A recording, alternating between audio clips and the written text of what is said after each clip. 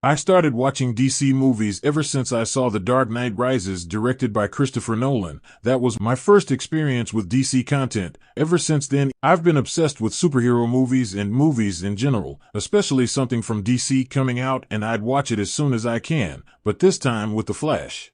I decided not to watch the film in theaters, rather wait for the movie to come on streaming platforms like HBO Max or Netflix. Since James Gunn confirmed the film reboots DCEU and the entire movie has no effect on future DC products. Stupid. It's a stupid waste of time. That's your dad talking.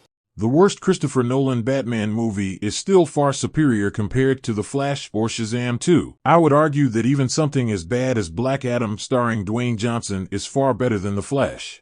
Why is The Flash so bad? Why is it worse than any other Zack Snyder or Patty Jenkins DC products?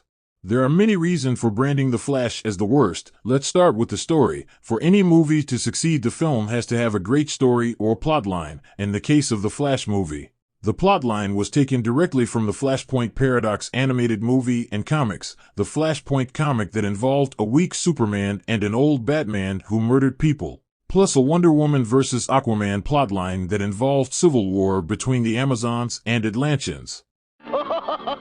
What a dumb bunny! Of course you realize this means war. Christina Hodson and the other writers of this movie knowingly ignored all those plotlines and made their own changes to it, casting a female Kryptonian instead of Superman and bringing back Michael Keaton as Batman instead of Thomas Wayne, Bruce Wayne's father. The writers and filmmakers also ignored the Amazonians versus Atlanteans civil war for a mediocre Flash versus Flash plotline which didn't add much to the already uninteresting Flash movie. But after his openings, to be honest, he does tend to get a little fucking boring. Did these changes to the comic and animated movie, did these changes make the film any better? Well, no. If anything, the changes made the film much worse, making most of the changes seem cheap and unoriginal. No emotional weight applied to the characters. In fact, I felt personally insulted. They could have brought back Henry Cavill for weak Superman for one last time, unlike Black Adam. No, instead they brought in a new Kryptonian, a female version of the male counterpart. Henry Cavill getting snubbed again right after Black Adam. What a pity. Fuck. The storyline of Barry Allen losing his mother and him wanting to bring her back is directly taken from the comics and animated movie, but somehow they made it seem much cheaper and much less impactful. For some reason, the acting and dialogue delivery of the actor playing Barry's mother seem off, plus having somebody like Ezra Miller carry the entire movie on his shoulder didn't seem right either. The actress who played the Flash's mom couldn't act to save her life, one of the worst actors picked for a DC project. Oh yes, the plot was terrible, but the acting to me felt much worse. Even Ezra Miller's acting seemed worse than his performance from the Snyderverse movies. He hasn't matured, neither has he been able to carry the entire film on his back. Ezra couldn't act to save his life. There were many portions of the film where Ezra Miller caused pure cringe for the audiences. His running style has gotten worse, but somehow even the director cracked a self-aware joke by having Ezra Miller run in real time. You embarrassed me in front of my wife? My kids out there? Even the director Andy Muschietti knew how bad his running is. It's terrible, beyond repair. Ezra Miller grooming children and committing all the crimes known to man under the cover of I am transgender non-binary didn't help his brand either. Tom Cruise is an actor who's capable of pulling audiences into theaters. Over the last 5 years, he's been able to deliver critically and financially successful films. His brand and his likeness has brought audience members such as myself to theaters. But somebody like Ezra Miller, who seems to be running around committing the worst things known to man, isn't helping the Flash movie. Instead, it kept people like myself away from watching this film in theaters. Tom Cruise is no better when it comes to controversies. Him and his Scientology buddies are no good. I've been a Scientologist for over 30 years, and it's something that, as you know, without it, I wouldn't be where I am. You know, so it's a beautiful religion, and I'm very proud. But somehow with good movies, Tom Cruise has been able to run around creating successful films one after the other. Warner Brothers executives did try to cover Shazam 2 and Black Adam's failures by calling in Tom Cruise's help in promoting the Flash movie, but it seems like that just made it worse. People started asking themselves if they would connect with movies and characters promoted by famous Scientologists, and the resounding answer from the theaters is a loud and clear no. The third huge misfire is the CGI and VFX in the film. It's crap. It's one of the worst VFX works I've seen in a modern mainstream Hollywood action movie. Say whatever you want about Zack Snyder and his DC movies, one of the best parts in all of them is the VFX and CGI themselves. The action and VFX work in Man of Steel, and even something as far as Watchmen, is way better than the crappy CGI of the Flash movie. It wasn't just a scene like from the Justice League movie with bad CGI for Superman's face, but every scene in the film had bad and terrible CGI work done. It was horrendous. Oh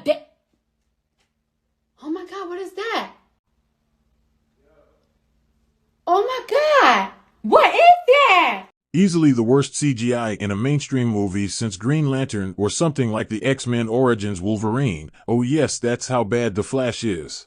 Whenever the two Barry Allens were on screen together, you could always tell the CGI face swap Barry and the real Ezra Miller Barry Allen. It got progressively worse as the film progressed. Even the Batman scenes, one of the best scenes in the film, had crappy CGI. Just outright terrible. The CGI and VFX work for the Speed Force and even the cameos were terrible. Nicolas Cage played Cameo Superman and he looked like a PlayStation 2 level of CGI. Christopher Reeve's Superman looked terrible as well. The entire CGI department in the film deserves to get fired.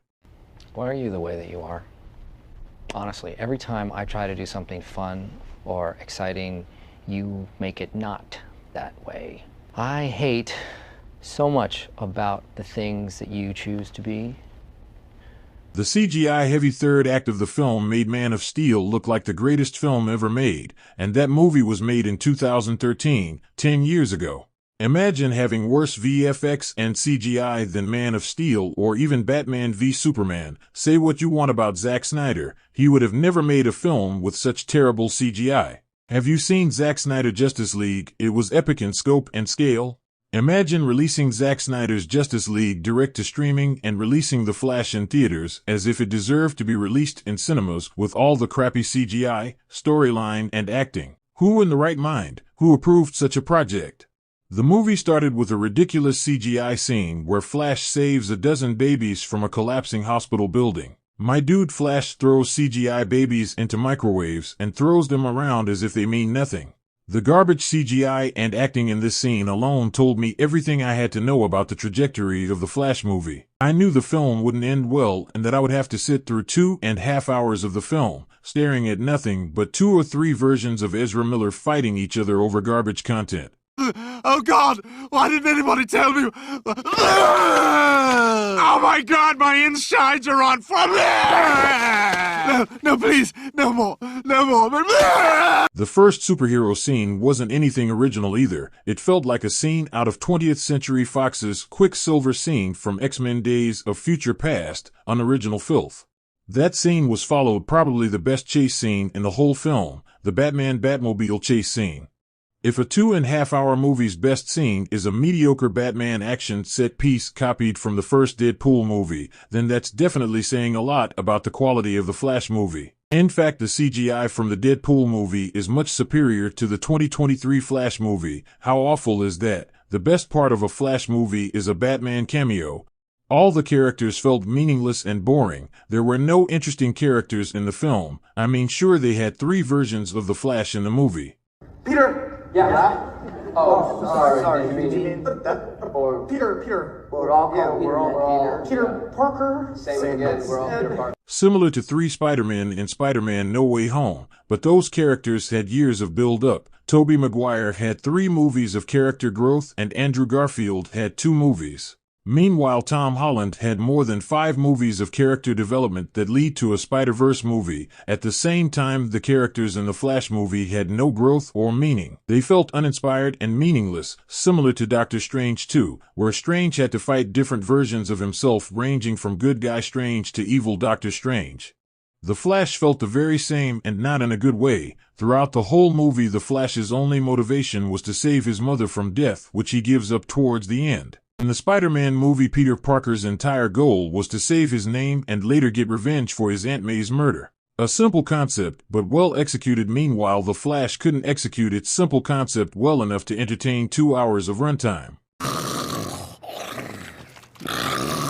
The Flash TV show with Grant Gustin is also another version of The Flash that exists in people's mind, especially the hardcore fans who love Flash as a character, and am sorry to say, the execution and portrayal of Flash and his other supporting characters are done much better in those TV show episodes than in this $220 million feature film. Grant Gustin's portrayal of the Flash is much more likable and his storylines are done much better. The CGI isn't as complex as the Flash movie, but those TV show level of CGI was done with enough grace to entertain even adult fans of the Flash. I'm not talking about the final seasons where they didn't care, but the first 3 seasons where they gave a shit. The Flash movie, God, even the ending third act was a convoluted mess. The entire third act had no purpose. The goal was to beat the Kryptonians, but the Flash isn't powerful enough to fight Kryptonians. What is Michael Keaton's Batman doing here? Who is he going to fight? Zod. How will that end?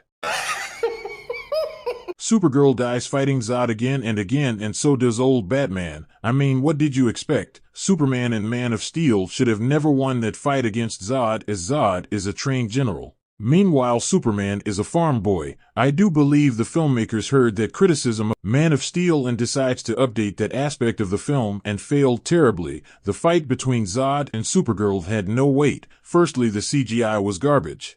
But beyond CGI, the fight had to dethrone the third act of Man of Steel. The Flash movie had to compete with Man of Steel's awesome third act, and I have to say, with all its flaws, Man of Steel still reigns supreme at the action and CGI front. Man of Steel has a better constructed third act with a meaningful ending. Meanwhile, The Flash's third act felt like garbage, simply a means to extend the runtime of the film. It also felt like a repeat of Zack Snyder's Justice League movie.